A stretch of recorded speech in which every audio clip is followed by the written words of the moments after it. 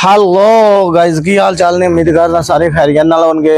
Shooting करके हटे हुए सी मेरी स्ट्रीम ते CID दी शूटिंग करके हटे सी ते असीं कहा भी असीं तुहानूं थोड़ा जिहा गाना सुना दिए बी प्राक ऑफिशियल पाकिस्तान दा शराब पीते पीते जिसके हाथ कांपते हो समझो यार का सताया हुआ है। ते साडे ने जेड़े SB प्रद्युमन साहब एक गाना सुनाउणगे जी। चलो। शराब पीते पीते जिसके हाथ कांपते हो समझो वो यार का सताया हुआ है। शराब पीते पीते जिसके हाथ कांपते हो समझो वो यार का सताया हुआ है।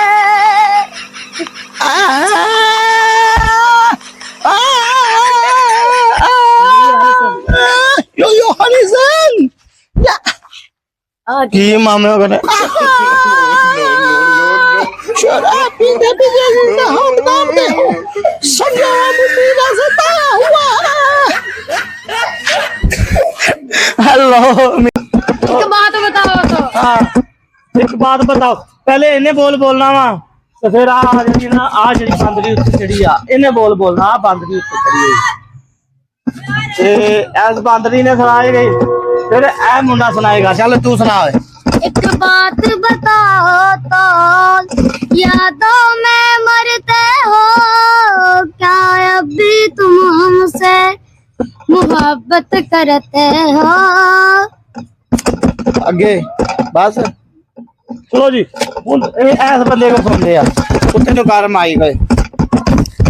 चल एक बात बताऊं तो यादों में मरते हो क्या अब भी तुम हमसे मोहब्बत करते हो। एक बात बताऊं तो यादों में मरते हो क्या अब भी तुम हमसे मोहब्बत करते हो। शुक्रिया। दोस्तों ਤੁਸੀਂ ਦੱਸਿਓ ਨੇ ਇਹਨਾਂ ਦੋਨਾਂ ਤੋਂ ਕਿੰਦੀ ਮਸਤ ਆਵਾਜ਼ ਹੈ ਮਸਤ ਕਿਹੜਾ ਸੋਹਣਾ ਪੜਦਾ ਤੇ ਸੋਹਣਾ ਗਾਉਂਦਾ ਤੇ ਜਿੰਨਾ ਮਰਜ਼ੀ ਪੁੱਤ ਲੁਕ ਜਾਓ ਤਾਂ ਅਸੀਂ ਆ ਹੀ ਗਏ ਯੋ ਯੋ हनी सिंह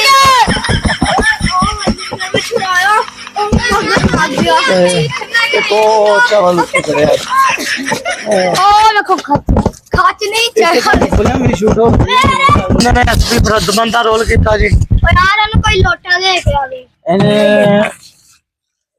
ਇਹਨੇ ਲਾਸ਼ ਦਾ ਰੋਲ ਕੀਤਾ ਬਹੁਤ ਅੱਛਾ ਰੋਲ ਕੀਤਾ।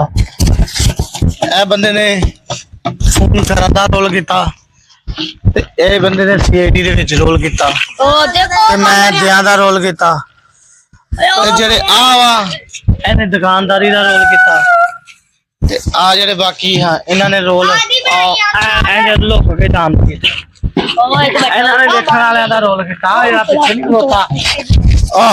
ਇਹਨੇ SP ਪ੍ਰਦਮਨ ਨੂੰ ਨਾ ਕਮੀਜ਼ ਦਿੱਤੀ ਸੀ ਕਿਉਂਕਿ SP ਪ੍ਰਦਮਨ ਦੀ ਨਾ ਕਮੀਜ਼ ਫਟੀ ਸੀਗੀ ਤੇ ਇਹਨੇ ਦਿੱਤੀ ਸੀ ਇਸ ਬੰਦੇ ਨੇ ਦਿੱਤੀ ਸੀ SP ਪ੍ਰਦਮਨ ਦੀ ਕਮੀਜ਼ ਤੇ ਉਹ ਬੰਦੇ ਨੇ ਵਾਲਾ ਰੋਲ ਕੀਤਾ ਜੀ। ਇਹ ਪਤਾ ਨਹੀਂ ਕੀ ਰੋਲ ਕੀਤਾ ਜਿਆਦ ਨਾਲ ਨਹੀਂ ਰੋਲ ਕੀਤਾ ਨੇ ਉਹਨੇ ਬਾਂਦਰੀ ਦਾ ਰੋਲ ਕੀਤਾ। इंशाल्लाह अगले व्लॉग च मिलते हैं उदों ताई अपना भी ख्याल रखियो अपना भी ख्याल रखियो ते असी फिर जेड़ा ना हुण अगले व्लॉग च मिलते। अल्लाह हाफिज़।